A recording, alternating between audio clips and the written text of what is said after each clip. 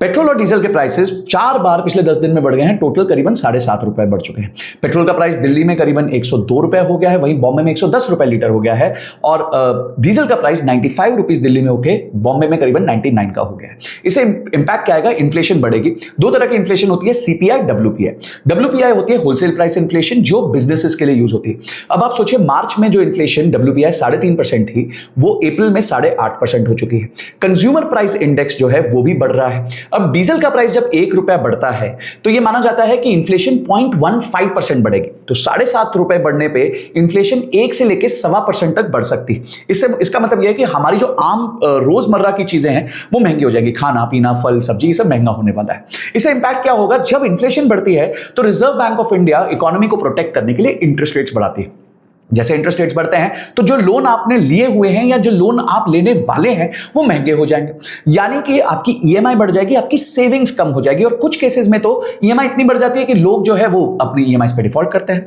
Businesses जो है इस टाइम पे एक्सपेंशन को बंद कर देते हैं। क्यों? क्योंकि जब उधार महंगा हो जाता है तो उनके मार्जिन जो है वो स्क्वीज हो जाते हैं, श्रिंक हो जाते हैं।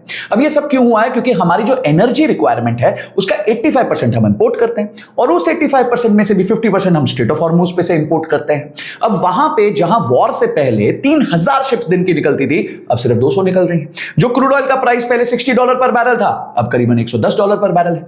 यानी कि हमारा क्रूड ऑयल महंगा भी हो गया है, साथ साथ सप्लाई में डिसरप्शन भी आ गई है। बहुत समय तक गवर्नमेंट ने इसको होल्ड किया और कहा कि भाई हमने 30,000 करोड़ तक का तो लॉस ले लिया, अब इससे ज्यादा हम नहीं ले सकते हैं, हमें जो है आम कंज्यूमर पे इसको ट्रांसफर करना पड़ेगा।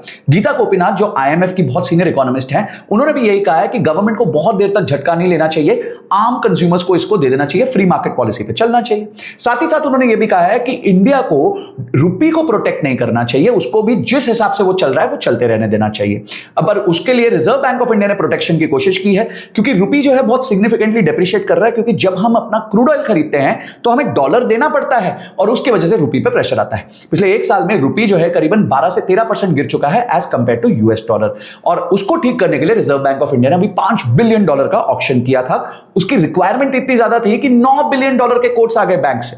अब ये सारी चीजों को समझने के बाद आपको क्या करना है? सबसे पहले अपने इमरजेंसी फंड को 6 महीने से बढ़ा के 9 महीना कर दीजिए। जितने महंगे लोन्स उनको फटफट करके वापस कर दीजिए ताकि इंटरेस्ट रेट बढ़े तो आप सिक्योर रहे। तीसरी चीज, अपनी नॉर्मल एसआईपीज और इन्वेस्टमेंट्स को चलने दीजिए, उनको इंपैक्ट मत होने दीजिए। चौथी चीज है, इस टाइम पे करतबबाजी मत कीजिए, नए नए जॉब्स मत ढूंढिए, अपने जॉब में सिक्योर रहिए, कोशिश करिए अपनी स्किल्स को एनहांस करें, अपनी दूसरी इनकम कुछ क्रिएट कर ले ताकि आपको सेकेंडरी इनकम सोर्स मिलने लग जाए। और पांचवी चीज है कि अपने आप के लिए एक छोटा कॉर्पस क्रिएट करें ताकि बड़ी अपॉर्चुनिटी को कैप्चर कर सके। ये दोस्तों के साथ वीडियो शेयर कर दीजिए ताकि उनको कंप्लीटली डिटेल में पता चल जाए।